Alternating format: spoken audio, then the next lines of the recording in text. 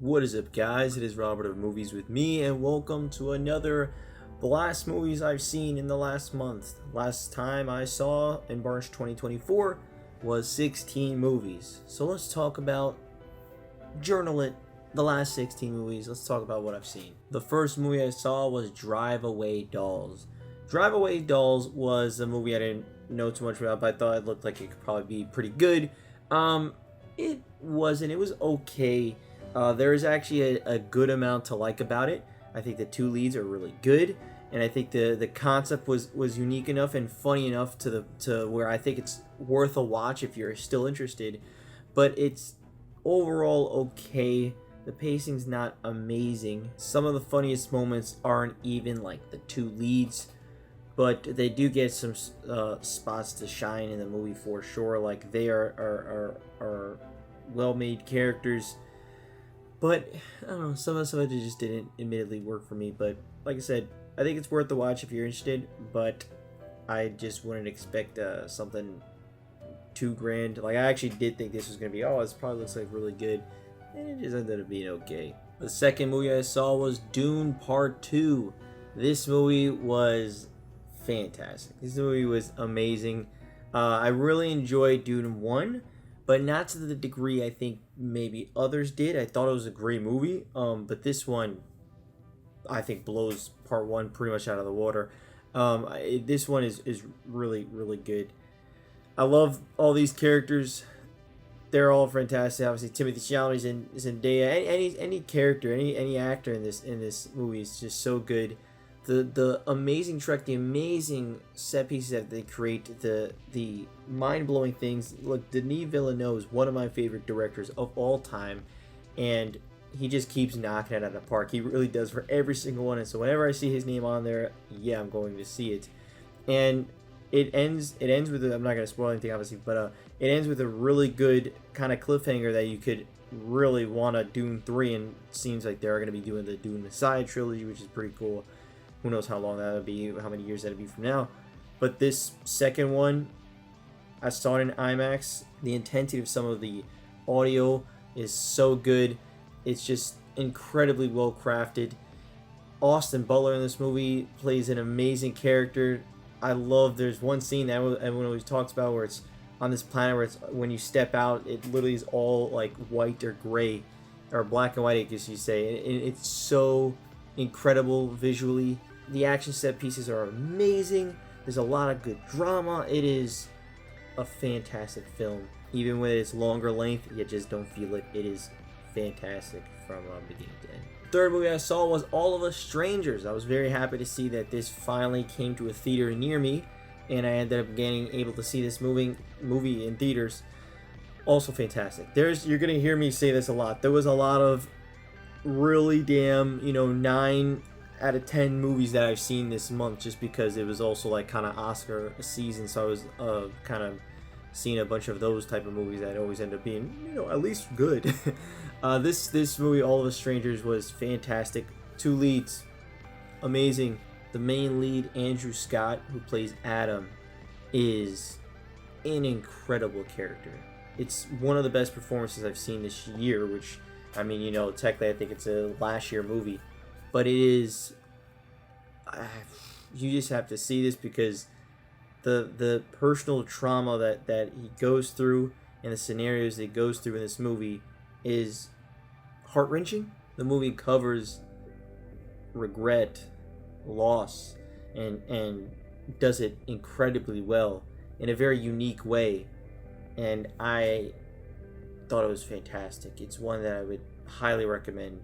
If you haven't heard about it, just watch it, because there's a lot of very powerful scenes in this movie that's just really, really good, and I enjoyed it a ton. The fourth movie I saw was The Zone of Interest. Another fantastic movie. A24 is A24. Whenever I see A24 logo, I try to see all their movies, but some of their movies don't end up in theaters, so I'll have to maybe watch them at home or something. But man, Zone of Interest is another very unique movie in the fact that they focus on a concentration camp from World War II. There's this household that lives next to one, and it's about essentially the the captain of that concentration camp is the one that is that family is what lives next to the concentration camp, and you never actually see the concentration camp, but you hear it.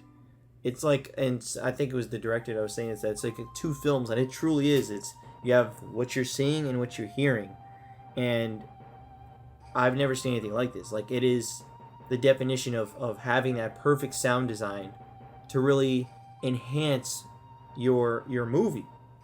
It's really about that, and it's incredible the way it's done. It's not like this movie is super gory and stuff like that, where it shows a bunch of horrible traumatic events for the Holocaust. Instead, it focuses on this family doing everyday things that everyday people would do, but it shows how haunting normalcy could be. It's an incredible point of view for such a tragic time in history, and it's a fantastic film. And if you haven't seen it, I just want to highly recommend. Again, I was glad I was able to see it in theaters, and yeah, it's some tough stuff that goes on in the movie. I highly recommend it. The fifth movie I saw was Imaginary. Now, Imaginary was alright. It was right in the middle. It's alright. Yeah, it's not good, ain't bad. It's alright. It's right in the middle.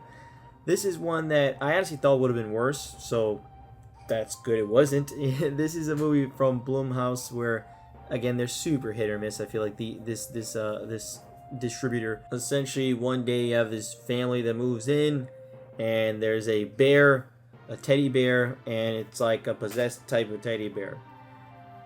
Stuff happens. I actually had fun with a decent amount of scenes, which is why I thought in the end of the day, it's alright. It's an alright watch. I think people would watch it and you know, not mind it. You watch it for one day at a time in your life, and it is what it is. One thing that I did like about this movie was actually the ending. I won't say what it was, but there's a twist to it that I think was unique, that I haven't really seen in a horror movie that I quite remember. I'm sure it's happened before, but I don't remember.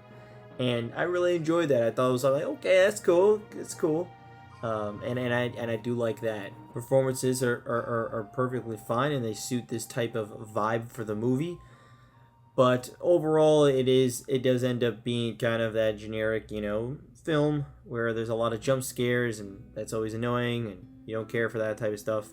But when you get into some of the deeper imaginary sort of stuff, I enjoyed it. I did like that. So at the end of the day, you get kind of a whatever horror film mixed with some neat little ideas that happen. The sixth movie I saw was Maestro. Maestro, I did end up seeing it at home for Netflix. They weren't really playing that in theaters near me. I think they were only playing it in some Regal cinemas for a very limited time. But this was a really good movie. This is actually my least favorite out of the Oscar nomination for Best Picture pool, but I still really enjoyed it. Bradley Cooper does a hell of a job. He, I believe, directed it and maybe even wrote it. I'd have to look that up, but I know obviously he started it, and he does a fantastic job. He's an amazing actor. He's one of the best to watch. He does a hell of a job playing Leonard Bernstein, which is literally about this man, this composer. But it's really also about just his life, his family life surrounding him too, and the things that go on around him. And then I think those end up being really interesting. Especially the first half of the film is in black and white, and they talk more like that olden style of film, which I thought was pretty unique. Unfortunately, I just think a decent amount of scenes didn't really work for me. It didn't really really push me into the I love these films, because when you get a 9 out of 10 film or something like that, you're really like, oh man, almost every single scene just really works for me. But for this movie, there was a decent amount of scenes that maybe didn't work for me. I wasn't really feeling some of the characters that were going on. But overall, it's still a really good film, and there's some incredible performances that happen. But maybe you look at it a little bit harder because it was put as a Best Picture nominee, which is unfair to the film. But regardless, it's a really good film, and I would recommend seeing it. The seventh movie I saw this month was Anatomy of a Fall. This might be the best movie I've seen this month. It's a tough because there's a lot of, like I said, 9.5s, but this is damn near a 10 out of 10 movie to me. It was fantastic. The actress Sandra Huller, hopefully I said that right, plays a character named Sandra. She's a writer, and in this household is also her husband and her son. Her husband dies, and the only person to witness this is her son, who happens to be blind. So that's kind of a tough thing. It's this big court case drama where they accuse her of killing her husband, and man, there's a lot of twists and turns that happen throughout this court drama that is so incredibly good. I am a huge sucker for court dramas, and this is an amazing one of the best I've ever seen. It is fantastic, and I highly recommend it. There's a lot of really shocking things you learn throughout the entirety of the runtime, and it's fantastic. I loved it. I really did. Like I said, damn near 10 out of 10. I highly recommend. This was an awesome movie. The 8th movie I saw was Perfect Days. Another one that I had to watch here. Unfortunately, they just didn't really play that in theaters near me. Man, this movie was fantastic. Yeah, I love this movie, and this is probably one of my top 10 movies of last year. It's definitely, I think it's like number 10 maybe, or something, maybe a little bit higher. I'll have to see, but I loved this movie. This was a movie that takes place in Japan. It's all in Japanese, and it's literally about a guy who is a toilet cleaner and just his everyday life and routine. And it is so beautiful. You take the normalcy of life, and he takes every single day one step at a time. He doesn't take anything for granted. He breathes in the air, just taking and accepting every minute thing that we take for granted of.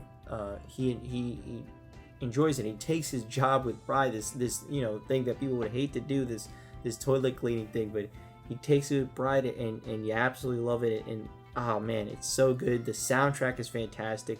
The cinematography is beautiful, and the performance from Koji Yakusho, hopefully I said that right, is just incredible. He plays such a lovable man, and you just love it. And it's a fantastic movie. I highly recommend. Perfect Days creates for a perfect watch. Absolutely loved it. The 9th movie I saw was Love Lies Bleeding. This was really great. Another A24 movie. Man, they are so damn good. There's a lot of originality going on in this movie, from the way things are shot to the actual sequences to just the set pieces themselves are very unique, and I really enjoyed the performances. Both Kristen Stewart and Katie M. O'Brien knock it out of the park in terms of their respective characters. There is a genuine chemistry between them that makes sense for them to be like falling in love with each other, and you love it. You love to see it, because sometimes couples maybe don't quite work in movies, and you gotta find that right chemistry. But the way the script is handled and the way they flow over the course of the movie is so damn good, and by the end you're rooting for them a lot. They get into some deep ass trouble, which leads to some really intense scenes that, man, highly recommend. I don't think it's in theaters anymore. It might be in a few theaters still, but Love Lies Bleeding, definitely recommend checking that one out. The 10th movie I saw was Snack Shack. Here's another one that I thought was fantastic, and this is one that I really had no idea going into it, like what the hell, how I feel about this, or because I've never seen like a trailer or anything. This was a fantastic coming of age film. This is another genre that I'm a sucker for, is coming of age films. It's these two teens played by Connor Sherry and Gabriel LaBelle that just play these fantastic friend duo that, like, you think they'd be best friends in real life, one type of scenario. They are just perfect casting for this film. It's summer vacation, and they're here to make some goddamn money, and that means they're gonna go buy the snack shack of the pool that they live nearby and try to make as much money as they can. This movie was funny, but also has genuine drama in it. Genuine drama that I had tears rolling down. I love this film. This was fantastic, and it came to me by such a crazy surprise. I didn't expect really much about this film. It wasn't playing in many theaters near me for very long, so I went literally on like the last day it was shown, and I had a blast, man. Like I said, it's funny. There's tears that happen. All these characters just play their performances to a damn T. The scenarios that go through is just very, very comical, but also really ups their character. And again, it's a coming of age film, so they just have new perspectives on life. after certain scenarios happen, and it's just fantastic. Highly recommend Snack Shack.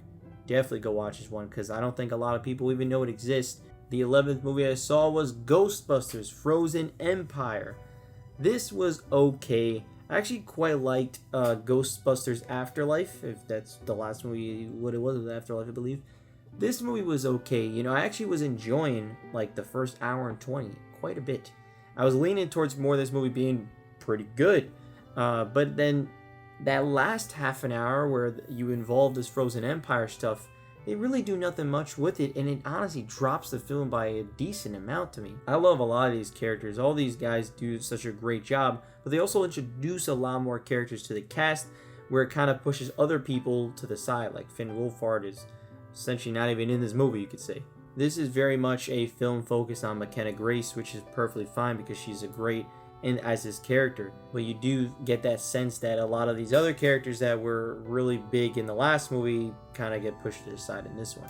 And the whole, you know, Frozen Empire, the whole thing that's in the film doesn't really get talked about until like an hour into it, and the actual start of this whole Frozen Empire doesn't happen until like an hour and a half into it, and this is an hour 55, and that ending is quite bad. They literally do pretty much nothing with it, and to focus your whole movie on that is kind of weird.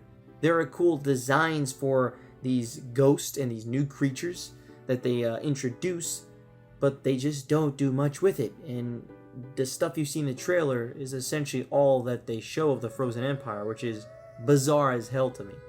But yeah, it's okay. The first hour and 20, I was enjoying. There's a lot of comical moments, pretty damn funny moments. I was like, yeah, this is pretty good. And then it just kind of falls off a cliff after that. Once they start to really introduce the Frozen Empire, it ends up being like, oh, this isn't actually, this is kind of whatever. What a disappointing ending. So when you balance it out, it ends up just being okay.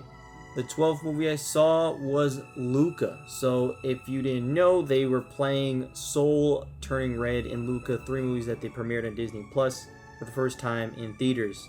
I ended up seeing Luca. I've never seen Luca, so I was like, let's go watch it in theaters. This was a really good movie. I really enjoyed it. Pixar is always really damn good. There's not a lot of movies that they make that are less than a 7 out of 10 to me. You know, most movies are above that. This is a movie that, yeah, was above that. It's probably 7.5 maybe. I don't know. I have to think about it. But I really enjoyed it. I didn't know too much about this movie going into it, and so I just saw the poster, which I thought it was going to be a boy meeting like a sea creature, and they were going to just become best friends, but it wasn't quite that. It was actually these sea creatures that turn into humans when they go above water. Luca becomes good friends with Alberto, and they go and try to get a Vespa.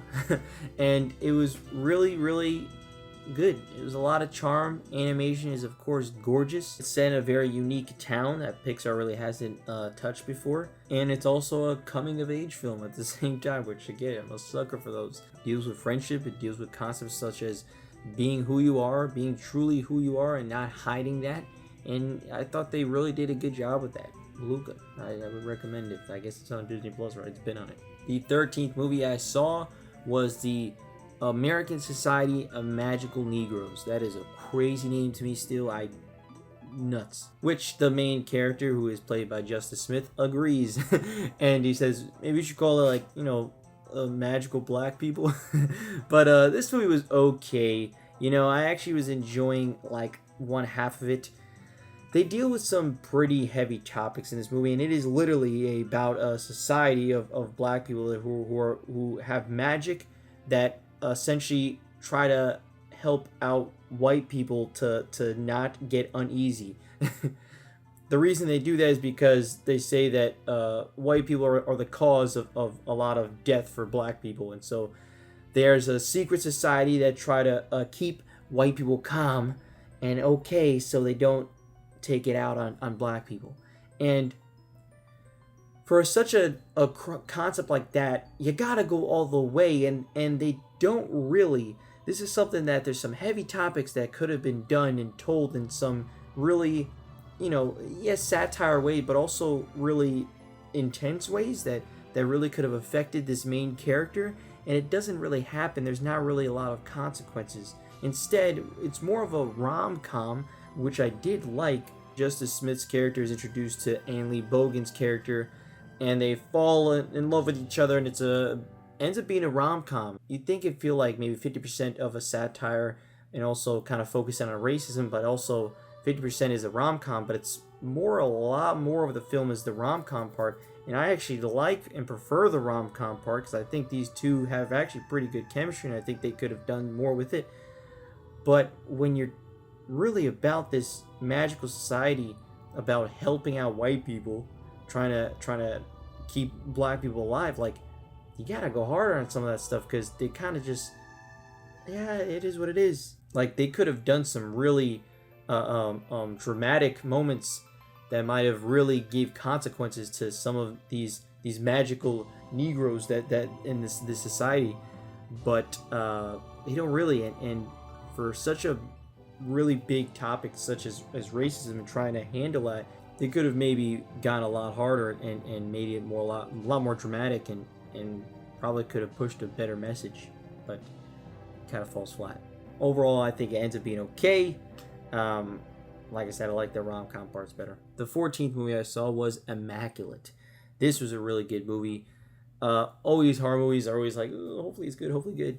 But there's been a good string of pretty damn solid horror movies, to be honest with you. Immaculate is one of them. This is played by Sydney Sweeney, who plays this nun, and it's not about demons, which is very surprising to me. I feel like a lot of these religious type horror movies end up involving demons of some sort, but this one doesn't, and I was super surprised at the concept that I thought was pretty unique. There's some genuine intense scenes in this movie, and especially the latter half, the latter ending, let's say the last, 30 minutes or so, gets really intense. Sydney Sweeney does some crazy shit in the last 30 minutes that really solidifies this movie. I was like, oh, whoa, that was fucking cool. It's intense, and it's kind of a shocker ending, and I give them props for doing it, because I think it takes some balls, and I think that was pretty good. But yeah, they don't really do too many jump scares, which is good. They just have a few here and there, but it's shot in this very beautiful location. There's some unique concepts that go on, and yeah, I think they did a really good job for a horror movie. I think it's pretty damn good.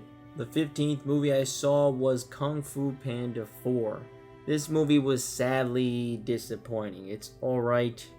When I was watching this movie, I really thought, yeah, I'm not really caring for any of what's going on. I do love me some Poe. Jack Black as his character is iconic to me. I think he is fantastic as his character. Poe is just so lovable and awesome. But unfortunately, this movie just didn't really work for me. It didn't really work for me. Like I said, it's not necessarily a bad movie, but it's just kind of, again, middle of the road, maybe alright. Jack Black is joined by Awkwafina, and Awkwafina plays this character that was fine, but I don't know, she's in a lot of animated movies right now that she does that same type of voice and character that just kind of all blends into one, unfortunately for me.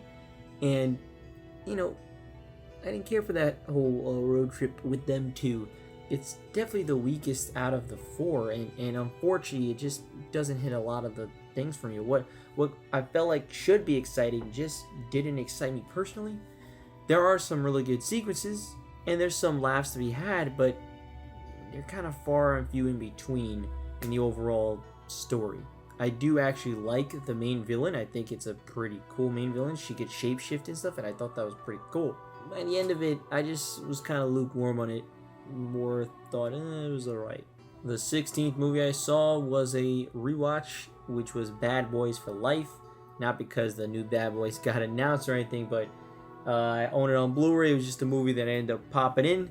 And I really enjoyed that movie. So this was a movie that came out, I believe, 2020. This ended up being on like my top 10 movies of 2020. Typically, this movie probably wouldn't really make any of my top 10 years. But 2020 was, kind of a weird year for movies. Will Smith and Martin Lawrence's characters, their chemistry is just so damn good. They're fantastic together. They play off one another so damn fantastically and perfectly. And it's just a blast to see them on screen together. They're funny.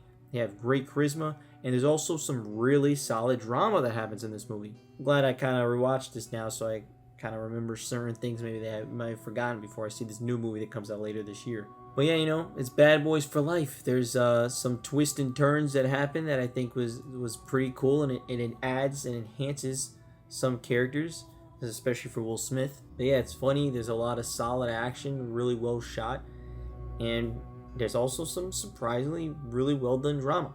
I would recommend it. Bad Boys for Life if you haven't seen it. But yeah, that was my 16 movies that I saw for March 2024. Let me know down in the comments below if you've seen any of these movies. Have you enjoyed some of these movies? What movies have you seen in the past month? Let me know. I've already seen, I think, like 5 movies of April. So yeah, see you guys next time. Thank you so much for watching, and I'll see you next time we check out our April 2024 journal. What movies I see. Alright, thank you so much for watching. I'll see you guys next time. Peace out. Bought an island, I'ma call it Trevor's Dome. Bought a fucking beat and made him only play Paddington. No one really goes, but Damon makes me the happiest. Marvel hit me up for a new superhero gig. They be paying triple for what Robbie Downey Jr. gets, but let the fucker ruin buying Disney instead. I bought a couple continents to mix up the accomplishments that mean to be a president. With money, I ain't hesitant. Got so much money that I just